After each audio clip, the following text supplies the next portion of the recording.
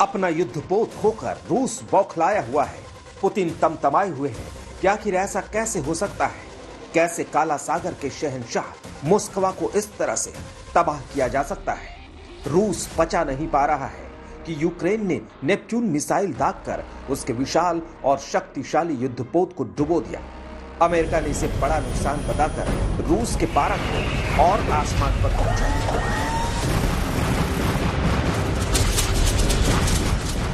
Moscow का नाम रूस की राजधानी मॉस्को के नाम पर रखा गया था। ऐसे में मॉस्को की तबाही के मायने बड़े हैं। इसे रूस की हार के तौर पर देखा जा रहा है, जो पुतिन को किसी भी कीमत पर बर्दाश्त नहीं हुई। पुतिन आगे क्या करेंगे, ये सोचकर दुनिया सहमी हुई है। युद्धपोत गंवाने के बाद पुतिन ने कीव पर हमले तेज कर दिए। पहली बार लंबी दूरी की मिसाइल का इस्तेमाल किया गया, जो पोर्ट सिटी मारियुपोल पर दागी गई। अब डर है कि बदला लेने के लिए रूस एटमी हथियार न चला दे।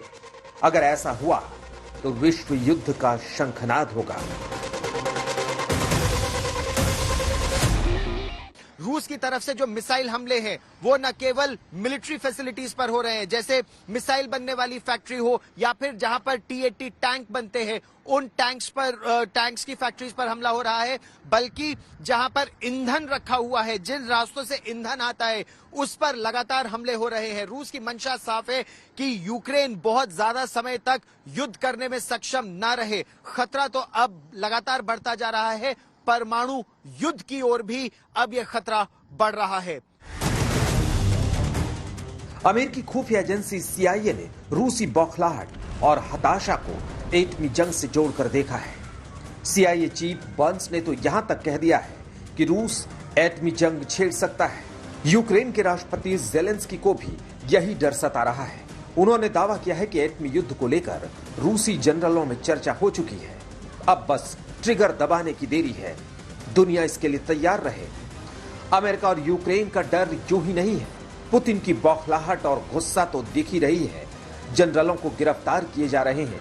रक्षा मंत्री को फटकार लग रही है।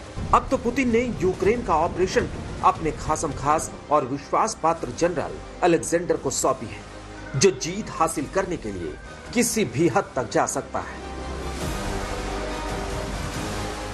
अब समय का चक्र फिर से घूम रहा है। एक बार फिर विश्व युद्ध का खूनी इतिहास दोहराता दिख रहा है। संभव है इसकी शुरुआत यूक्रेन रूस की जंग से हो, लेकिन बाकी मोर्चे भी इसके लिए सुलग रहे हैं। रूस का फिनलैंड और स्वीडन से बढ़ता तनाव आग में घी का काम कर सकता है। फिनलैंड और स्वीडन नाटो में शामिल होने का दम भर रहे हैं, तो रूस परमाणु हथियार की धमकी दे रहा है। हालात इतने बिगड़ गए हैं कि नाटो सेनाएं 5 युद्धपोतों के साथ बाल्टिक सागर में युद्धाभ्यास कर रही है। चीन और ताइवान का टकराव भी विश्व युद्ध के लिए एक मोर्चा बन रहा है। चीन ताइवान पर कब्जे के लिए आमादा है। हाल ही में चीन कई बार ताइवान की हवाई सीमाओं का उल्लंघन कर चुका है। यानी मंच तैयार है, बस विश्व युद्ध के लिए ट्रिगर का इंतजार है। डर है कि कहीं मॉस्को युद्धपोत ही वर्ल्ड वॉर का बहाना ना बन जाए। कीव से गौरव सावंत और राजेश पवार के साथ गीता मोहन, दोनेत्स्क, आज तक।